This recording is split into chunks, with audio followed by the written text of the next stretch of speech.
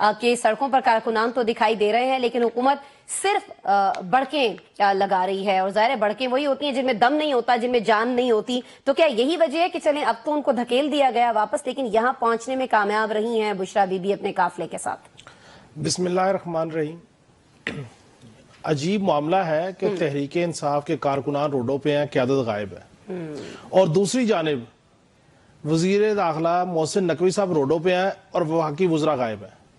لگتا یہ ہے کہ یہ ون آن ون جو فائٹ ہے وہ بشرا بی بی اور نقوی صاحب کی ہے.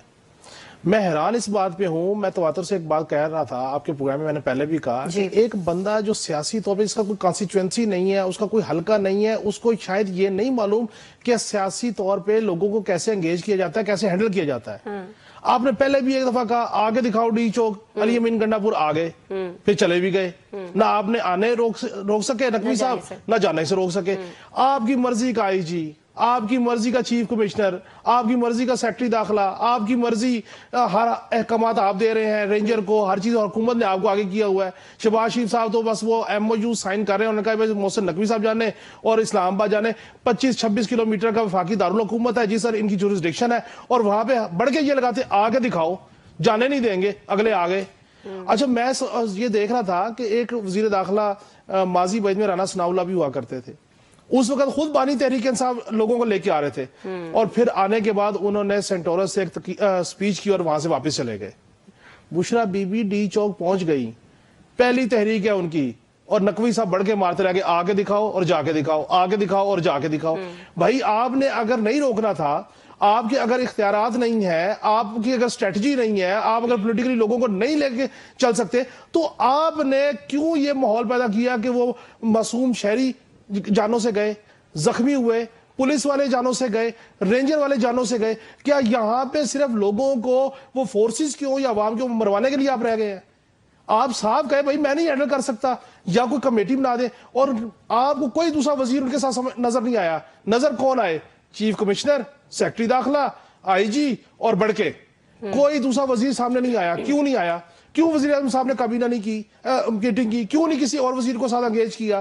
صرف آپ نے چھوڑ دیا محسن نقوی صاحب آپ جانے، اسلام آباد جانے، امن و امان جانے، پنکی پیرنی جانے، پی ٹی اے کا موب جانے. اور پھر آپ نے رات کو لگے رہے 11 بجے تک مذاکرات کرتے. سنگجانی پہ بیٹھ جائیں، وہاں پہ بیٹھ جائیں، وہاں پہ بیٹھ جائیں. جب مذاکرات ناکام ہوئے انہوں نے کہا میرے تو مذاکرات ہی نہیں ہوئے. بھئی اگر آپ کے مذاکرات نہیں ہوئے تو آپ نے سنگجانی کا آپشن کس کو دیا؟ ہوا میں، خلا میں کسی کو دیا تھا؟ کیوں آپ نے آؤٹ آف پروٹوکول جا کے بانی تحریک انصاف کے ساتھ ملاقاتیں ارینج کری؟ کیوں کروائی؟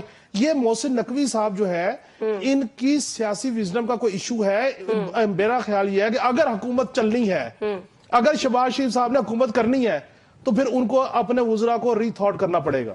کاشف صاحب، 2 اسٹریٹجیز کی بات ہو رہی ہے. ایک تو وہ جو میں اور آپ بہت دنوں سے کرتے چلے آ رہے ہیں، ہمارے دیگر پینلسٹ بھی بات کرتے ہیں، جی مذاکرات ہونے چاہیے. خود عمران خان کہتے رہے ہیں ہمیشہ سے کہ جنگ اگر ہو انفیکٹ تو اس کو بھی مذاکرات ہی کے ذریعے جو ہے وہ ختم کیا جانا چاہیے، مذاکرات ہی سے جنگیں جو ہیں وہ ختم ہوتی ہیں.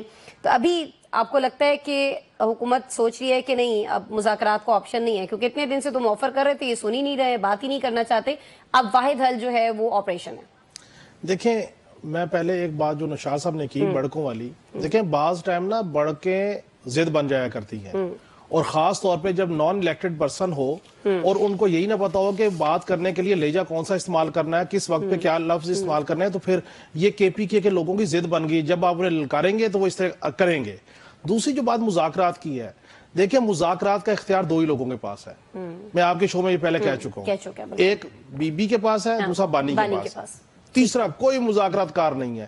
تیسرے سارے کورسپونڈنگ کر سکتے ہیں، سہولت کاری کر سکتے ہیں، ادھر کی پیغام رسانی ادھر لے کے جا سکتے ہیں. شخصیات مذاکرات 100% موڈ میں ہے، بشرا بی بی 100% موڈ میں ہے. بانی تحریک انصاف سے ابھی آدھے گھنٹے میں یہ بیٹھ چلے جائیں، سارے جائیں، نقوی صاحب جائیں، جا کے اڈیالہ جیل کے باہر کھڑے ہو جائیں کہ سر میں آ گیا، میں اپنی ناکامی قبول کرتا ہوں، آئیے حضور باہر نکلیے اور جیسے دل چاہے حکومت کیجیے، تو مذاکرات کامیاب ہو جائیں گے. دیکھیں اصل مسئلہ یہ نہیں ہے، مذاکرات ٹوٹ چکے تھے. سی بی ایم جو ہوئے جس کے بدلے میں 26ویں آئینی ترمیم ہوئی، ججز والا معاملہ ہوا، توسیع بشرا بی بی باہر آئی، وہ سی بی ایم ٹوٹ گئے. اب وہ سی بی ایم دوبارہ ٹریک پہ آئیں گے تو کام آگے چلے گا. اچھا اتنا کشت و خون کر کے پی ٹی آئی یہاں پہ پہنچ گئی،